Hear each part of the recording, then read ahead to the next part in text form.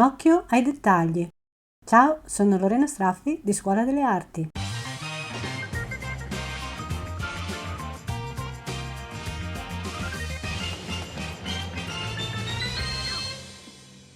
Ho preparato un foglio di Artec Art Paper sulla quale ho già disegnato l'occhio.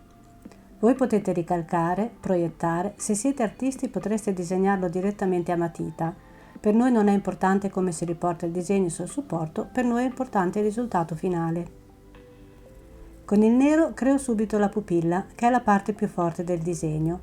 Con la gomma pulisco l'overspray che si è creato, essendo che non ho usato maschere.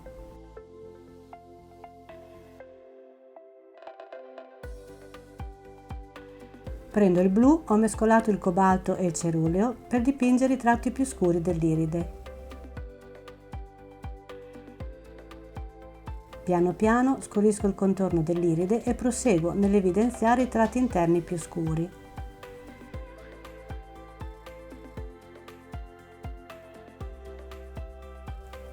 Lavorate con calma e cercate i dettagli. Tratti fini e leggeri. Spostatevi spesso nell'area così da portare avanti la lavorazione in maniera uniforme senza rischiare di scurire troppo da un lato o dall'altro.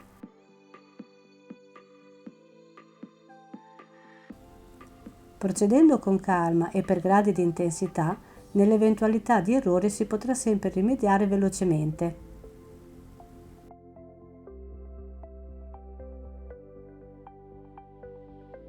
Per questo disegno ho usato colori Createx Illustration e non ho usato il bianco. In genere diluisco il 50% con il suo reducer. Continuo ad aggiungere sfumature più scure, tengo pulite le aree che devono restare luminose. Alterno leggere sfumature alla ricerca dei dettagli, tenendo sempre presente di mantenere il bianco del fondo. Questa parte è la base per ottenere un disegno gradevole, non bisogna avere fretta e non si devono saltare i passaggi. Queste sono le fondamenta e sono determinanti per un buon risultato finale. Piano piano aggiungo sfumature sempre più scure e più intense.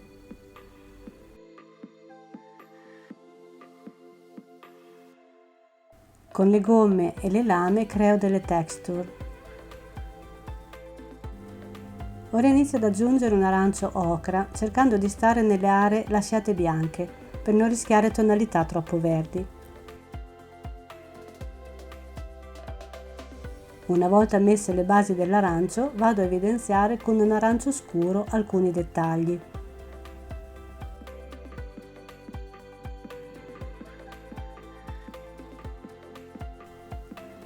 Ritocco gli scuri per aggiungere profondità.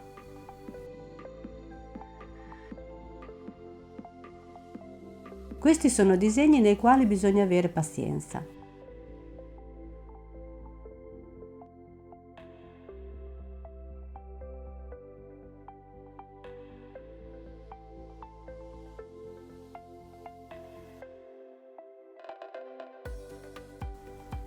Con arancio, magenta e marrone trasparenti inizio a mettere le basi per la pelle.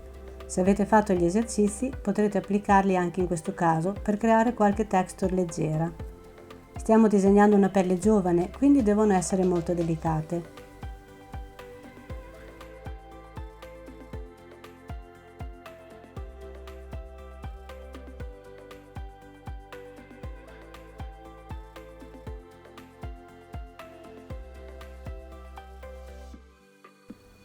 Continuo a lavorare di sfumature sempre molto trasparenti, fino a raggiungere tonalità più scure. Intervallo le sfumature con lavorazioni di gomme e lame per luminosità e texture.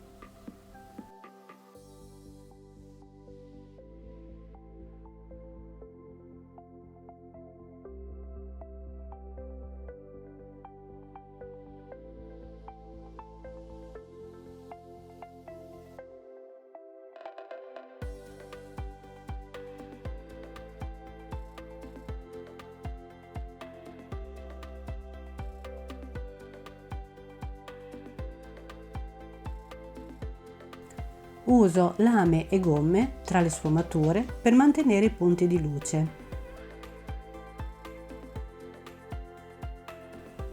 Per l'interno dell'occhio, nell'angolo, ho continuato ad aumentare la dose di arancio e marrone per creare la zona d'ombra.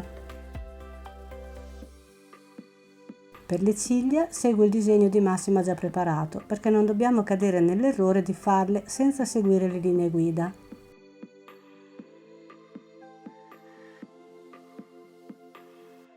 Sono ciglia truccate con mascara, ecco perché sono irregolari. A parte che la natura è organica e qui stiamo disegnando un soggetto umano, quindi attenzione ai movimenti, come insegnato nei precedenti tutorial, per effetti organici e molto naturali. Gli esercizi di linee e punti sono stati fondamentali per ottenere le ciglia. Li avete fatti gli esercizi?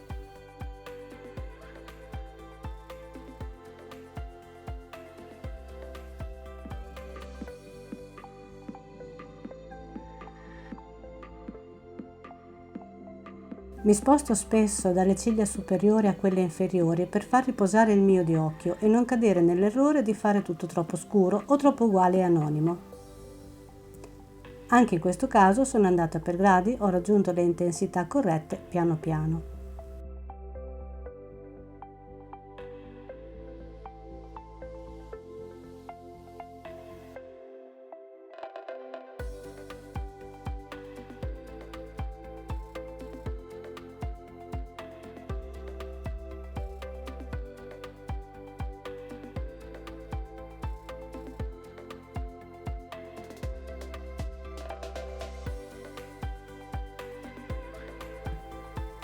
Pulisco l'area tra le ciglia con la lama.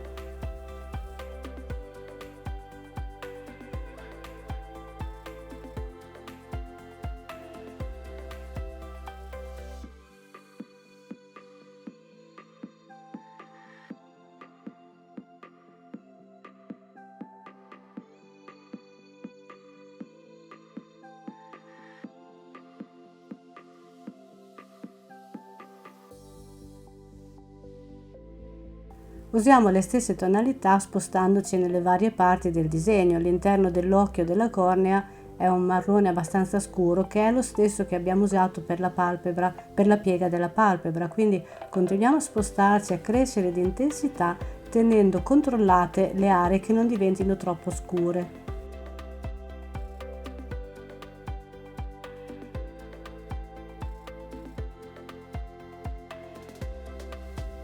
In questo modo, andando a livello in questo modo, è abbastanza difficile sbagliare clamorosamente. È sempre possibile rimediare.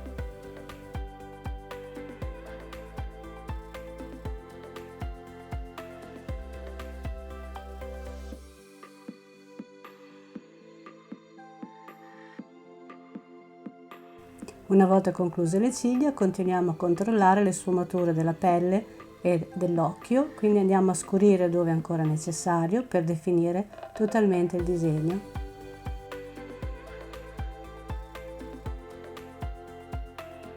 Difficilmente ora potremo fare degli errori grossolani.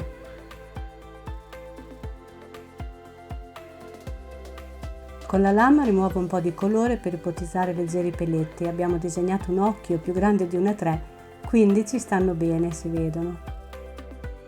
Uso il bordo di uno stencil per rendere più deciso il bordo dell'occhio. Disegno concluso. Togliamo il fine line e spero che il tutorial con il procedimento dall'inizio alla fine vi possa essere utile. Se vi iscrivete al canale e cliccate sulla campanella sarete informati sul prossimo video. Un like è sempre gradito, grazie. Ciao e alla prossima!